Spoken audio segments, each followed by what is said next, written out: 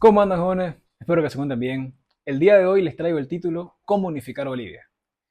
Y les aviso desde ya que yo no voy a responder a profundidad esa pregunta, porque no estoy capacitado para solucionar la división sociocultural de nuestra nación, pero sí quiero explicarles cuál es el origen, porque como suele decirse, a veces para mejorar el presente hay que entender el pasado, y creo que hablar del tema para que todos lo tengan presente, pues ya es un avance positivo. Así que empecemos. Hay que remontarnos al verdadero inicio de nuestro país, cuando la Asamblea determina que la Audiencia de Charcas pasará a ser un país independiente bajo el nombre de República de Bolívar, nombre el cual Simón aceptó y al mismo tiempo decidió escribir la Constitución, pero ya la presidencia la tomó Antonio José de Sucre. ¿Y qué sucedía con esta región? Pues era llamada Alto Perú, la cual estaba dirigida, como les dije, por la Audiencia de Charcas, entidad que fue siempre súbdita.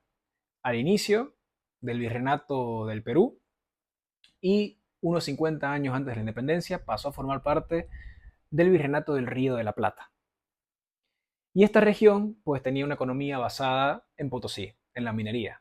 Así que de alguna manera las provincias estaban conectadas, pero no lo suficiente como para generar una identidad nacional. Y al independizarse el país, el Estado aún se encontraba en una posición bastante pobre. Tenía todavía burocracia y corrupción heredada de la época colonial. La administración no daba para gestionar el país, la infraestructura estaba subdesarrollada, entonces, en otras palabras, tenían preocupaciones mucho mayores que crear una identidad boliviana. Y en esa época, las personas se sentían más arraigadas a su provincia que al país. En Bolivia podía verse como gente sintiéndose más pegadas a La Paz que a Bolivia, o a Santa Cruz que al resto del país, y era la tendencia general en prácticamente cualquier colonia americana. Si te ibas a Perú, que está justamente al lado, más de lo mismo. No había una identidad peruana, sino que la gente se sentía mucho más limeña o cusqueña. Sí, hay excepciones, por ejemplo Chile, quizá por su terreno más compacto, ya estaban empezando a generar ciertas similitudes entre las personas de su territorio, pero lo normal era lo recientemente explicado. Así que Bolivia, desde su inicio, ya era un país plurinacional y enfrentaba otro reto. No podían ni siquiera agarrarse de la religión para generar unión, porque el catolicismo no había logrado convertir estrictamente a muchas personas de la religión andina al cristianismo. Ahí adaptaron el sincretismo, que para los que no saben era la técnica que aplicaba el catolicismo para intentar mezclarse con las nuevas gentes que se iban incluyendo el territorio. Entonces se les permitía mezclar creencias cristianas con las propias a los indígenas, y en papel se ve bien, pero en la práctica hasta los obispos intentaban ir en contra de estas permisiones.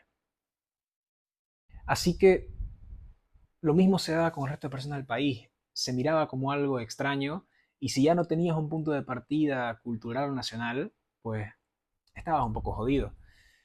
Ahora, para trasladarlo al nivel mundial, podemos irnos, por ejemplo, a Italia. Vamos a pensar en un napolitano.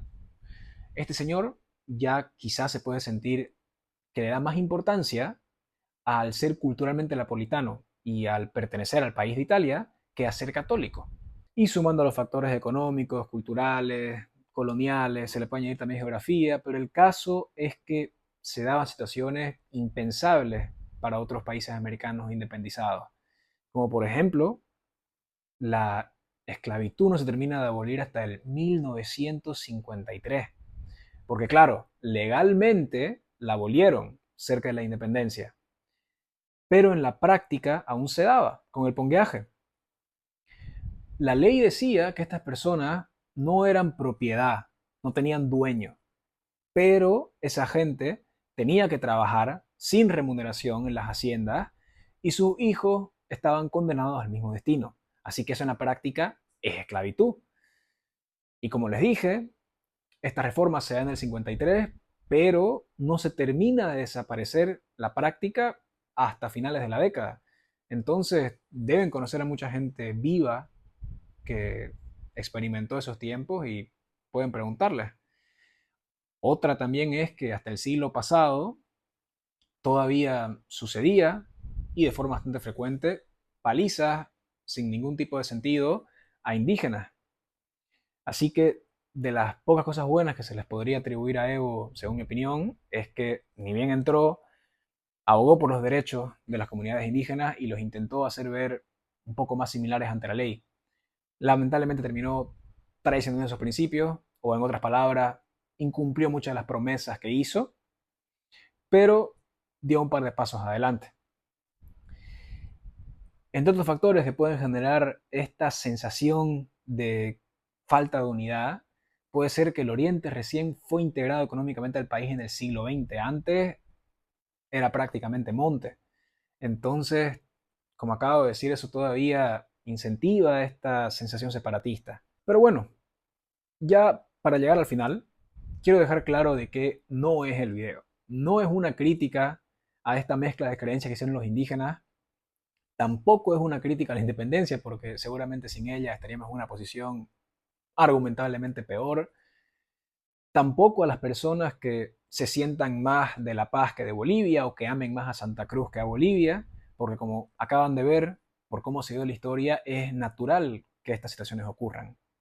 Incluso, hablando de autonomía, sin decir si está bien o está mal, yo creo que igual eso es compaginable con pensar en aumentar esta unión cultural del país. Y como suele decirse, el cambio empieza en uno, en ver a los paisanos como lo que son, paisanos. Porque si algo tenemos en común es que todos somos bolivianos. Y ya pueden imaginarse, no solamente a nivel macro, sino a nivel individual, los beneficios que puede traer este sentimiento de identidad común. Y sé que puede parecer raro compaginar ideas de autonomía cruceña con pensar en una identidad común boliviana, pero la realidad geopolítica indica que un territorio como Bolivia muy difícilmente se va a fragmentar en los próximos años. Así que vamos a estar unidos como territorio por mucho tiempo. Y más allá de eso, la realidad es que hoy lo estamos. Entonces, no deja de ser algo positivo para las vidas de todos nosotros. Con eso termino el video de hoy. Les dejo las fuentes de esta investigación en los comentarios, porque son prácticamente todos registros históricos. Y les aviso que el siguiente video va a tratar de cuándo caducarán los sistemas democráticos. Porque ahí la idea que quiero presentar es que todo sistema muta o muere. Prácticamente todo en la vida. Hay ciertas cosas que damos por hecho porque son contemporáneas a nosotros y estamos acostumbrados, pero eso no implica que van a seguir así. Y bueno, esa es la idea del video que viene. Así que espero verlos ahí. Si les gustó este, me alegro un montón. Gracias por ver hasta el final y les mando un fuerte abrazo.